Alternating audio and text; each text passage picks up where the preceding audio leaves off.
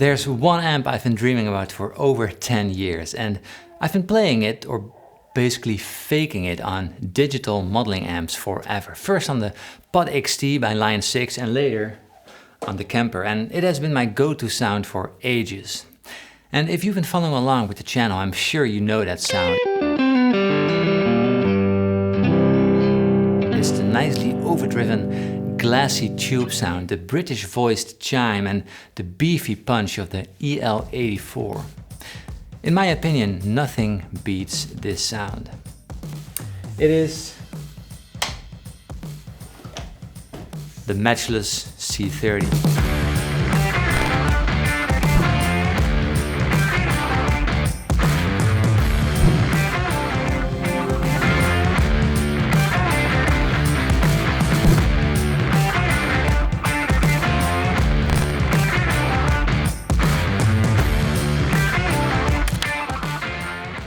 Back in 2017, I reached out to someone selling exactly that amp. But in the end, he decided not to sell, which was a bummer. But a few weeks ago, I got a text from exactly that guy asking if I was still interested. And now that the studio is sort of finished and I finally have the room to put more in than just a Kemper, I decided to just treat myself, and I got myself this Matchless HC, which is the head version HC-30. Second-hand, it's still more expensive than the Kemper. So does it beat the Kemper? Does it beat that wonderful piece of tech I got used to and the wonderful piece of tech I love? Did it all go past analog at the moment? Does it just make more sense to go for a digital all-in-one solution? Way more easy, way more handy, way lighter, way quieter. I wonder if this new amp will amaze me or leave me longing for the digital modelers, because in the end, that's the sound I got used to and that's the sound I got to love. So, let's find out. So this Matchless has two channels. Here's channel 1. The top boost channel.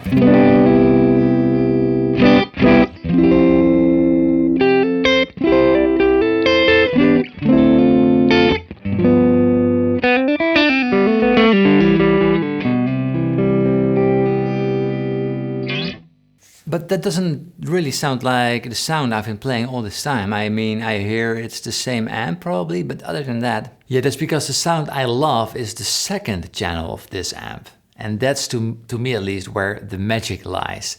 The second channel is that EF86 overdriven tube amp sound, and it's just, to me, it's probably what a glimpse of heaven may sound like, I guess. Let's have a listen.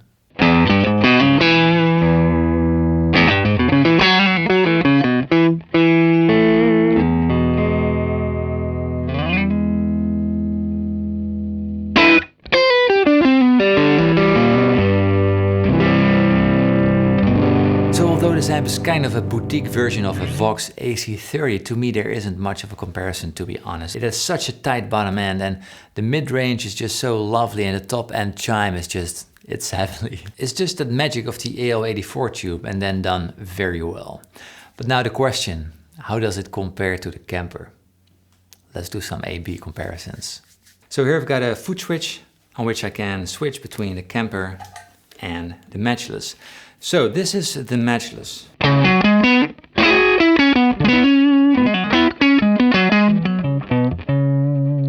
Now to the Kemper.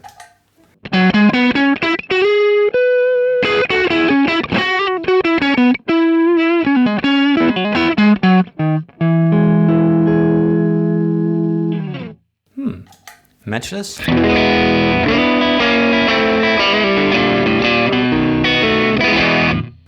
Kemper.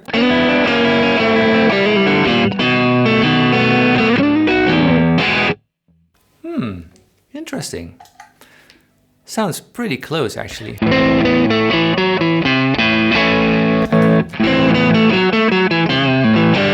Matchless. Kemper. The Matchless is a little bit more top end and a little bit more chime than the Kemper. The Kemper has a little bit more mellow mid-range.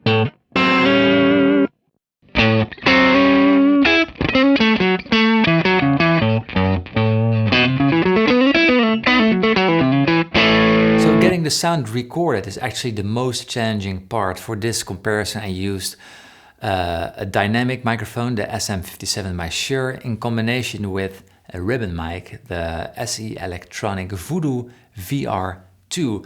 And I think that's also the two different kind of mics used in that profile, and it's a classic combination. The punch of the dynamic mic and the warmth and the fatness of the ribbon microphone. But just recording a cabinet and just making it sound super nice and sweet is very challenging. There are so many variables involved, coming to what I hear in this room playing the amp to what you hear coming through the video. So I tried getting somewhat close to the sound I heard from the Kemper, but it definitely doesn't make any sense trying to match the real deal to the modeler, which on his turn is trying to sound like the real deal.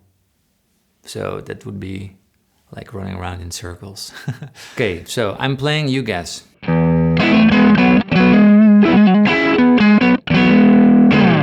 Was it the Kemper or the Matchless? I'll switch around.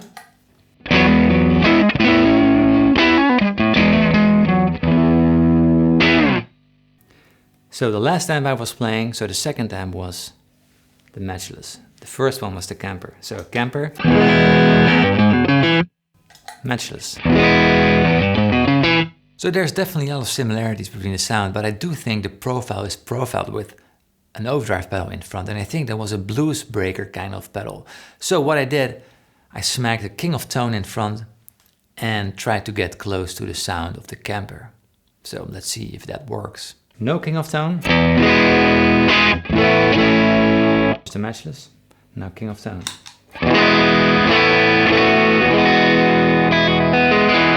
So this is the Kemper. Matchless. No, we don't get closer with the pedal. So although the Matchless takes overdrive pedals like a champ reed, the king of tone, also the clon, just sounds lovely through the amp. It didn't really get closer to the profile. So I tried following.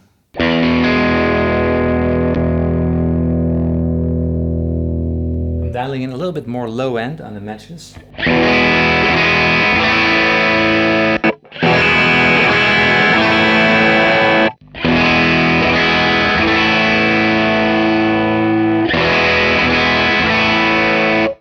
Okay, now we get pretty close. So this is the Kemper.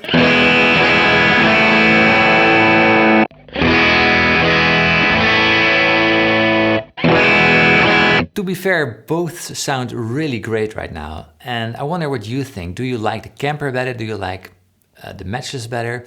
I feel like the Matchless had a little bit more grit or girth to the sound. A little bit more out there, a little bit more present. And the Kemper just, it sounds like you take a recording from a song and just as is, it just sounds maybe too pristine when playing guitar. Is it even possible? Too pristine? Too good? I don't know. How do these amps clean up? So this is the Kemper.